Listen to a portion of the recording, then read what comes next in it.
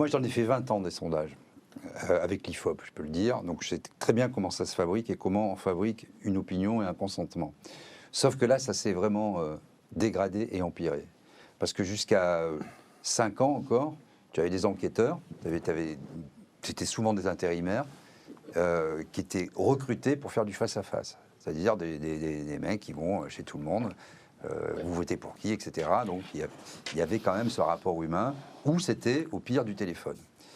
Mais arrivé Internet, tout ça, c'est moins cher, c'est plus facile, ça peut rapporter gros.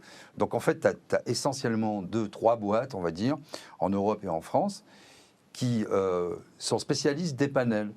C'est-à-dire, en fait, ils te recrutent sur Internet, j'invite tout le monde à le faire, tu fais sondage rémunéré, tu tapes dans ta barre de recherche, sondage rémunéré, et tu vas avoir tout un tas de propositions. Tu vas t'inscrire sur ce site, et après, tu peux créer ton identité, tu peux t'appeler Rachid, Kamel, Martin, Gérard, être une femme, un homme, habiter en Seine-Saint-Denis, à La Réunion, n'importe où, avoir 30 ans, 22 ans ou 60 ans. Rien n'est vérifié. Tu peux voter des milliers de fois. Avec une seule adresse email, tu peux t'inscrire partout et tu es sans arrêt relancé. Donc déjà, les panels, c'est sur la base du volontariat, ce qui scientifiquement ne vaut pas un clou, parce qu'il faut que ce soit aléatoire. Les gens des quartiers populaires, ils sont évidemment jamais consultés. Ça, c'est le premier point, c'est en amont. Donc des questionnaires auto-administrés en ligne, sûr. Déjà, qui provoquent un biais scientifique qui en fait dénature et enlève la scientificité même au process. C'est les plus motivés, puis tu peux avoir des trolls aussi. Hein, et c'est rémunéré. Et c'est très peu rémunéré. Des points, on a des points pour des bons d'achat ou des choses. T'achètes, voilà, on te file des chocolats. Voilà.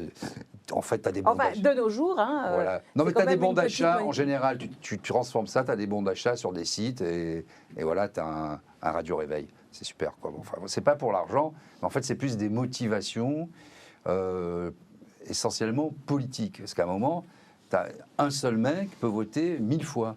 Et d'ailleurs, il y a eu Luc Bronner qui a fait un très bon article dans Le Monde. Une enquête. Une enquête. Où il a lui-même pris plusieurs profils, plusieurs je l'avais fait avant, je connaissais par cœur, mais c'était bien qu'un journal dit mainstream se saisisse du problème, parce que si les médias mainstream ne le font pas, le problème n'existe pas. C'est un peu le problème aussi de l'info en France. Et donc, le type s'est inscrit partout, il a pu faire ce qu'il voulait, etc. Bon. Ça, c'est en amont. Après, tu as qui commande le sondage, qui paye. Qui paye le sondage, en général, c'est les mêmes qui possèdent les médias. Et souvent, tu as des partenariats, on appelle partenaire technique, la grosse boîte qui va financer le sondage. Quand tu finances le sondage, que tu as le sondeur en face de toi, tu peux très, très facilement orienter. Et de toute façon, tu n'as même pas besoin de donner d'ordre. Le mec que tu as en face de toi, il sait où tu veux en venir. Donc il va se débrouiller par toute une technicité pour poser les questions qui vont bien, les poser d'une certaine manière. Mais c'est pas fini. Ouais, en plus. C'est pas fini. Il y a ensuite l'aval. Alors là, c'est fantastique. C'est-à-dire que si, malgré tous tes efforts, tu n'obtiens pas les bons résultats, alors là, tu fais du tronçonnage, tu découpes et tu fais des adverbes. Déjà dans le questionnaire, êtes-vous plutôt pour, plutôt pour, assez pour, ou un petit peu pour, ou pas du tout. Ce qui permet à la fin de présenter en fonction de ce qu'on agglomère. Déjà. Sauf que quand c'est présenté dans le rapport final, c'est pour ça que j'incite tout le monde aussi, quand il y a un sondage qui est publié, d'aller sur le site lui-même du sondeur, ILAB ou IFOP, etc., ou sur la commission des sondages. Il y a une commission des sondages c'est des vieux retraités qui sont en général des vieux juristes. Ils ont créé ça pour dire que c'est... Bon, il y a un type qui est bien là-dedans, c'est Garrigou, tout le reste... Alain Garrigou. Ça n'existe pas. Qui d'ailleurs a écrit beaucoup de livres pour dénoncer tout le reste, c'est du flan. Mais si ça ne suffit pas, les mecs, ils te disent plutôt pour, etc. Et à la fin, ils font une espèce de gloubi-boulga. Moi, j'avais démontré ça, par exemple, pour les gens qui étaient pour le pass sanitaire. Ils avaient dit 81% des Français sont pour le pass sanitaire. En réalité, dans le sondage, si tu le regardais bien, tu avais 25% des Français qui disaient être pour en tant que qui étaient pour le pass sanitaire. Ah oui. Ils ont rajouté les gens qui avaient déjà le pass sanitaire et qui étaient vaccinés. Et ils ont rajouté... donc en fait, ils ont rajouté des choses, aucun rapport. C'est-à-dire toutes ils ont rajouté ceux qui étaient assez pour, assez d'accord, et à la fin, on s'est retrouvé de 25 à 81% sur 1066 personnes.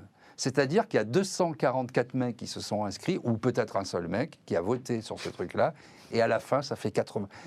Tout est fait comme ça. Et ça, c'est sur une opinion, on va dire, sur un sujet où c'est assez simple, tu es pour ou contre le pass sanitaire. Mais sur les intentions de vote électoral, il y a aussi le phénomène du redressement.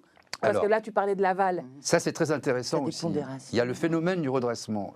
Quand tu avais du téléphone ou du face-à-face, les gens mentaient un peu, sous-estimaient, tu vois. Donc les sondeurs redressaient dans l'autre sens. Les mecs disaient, moi, j'avais jamais trop de mecs qui te disaient en face, moi je vote Front National. À l'époque, les gens, il y avait une petite gêne de dire je suis Jean-Marie Le Pen. Je vote à droite, tout ça. Bon. C'était un peu tabou.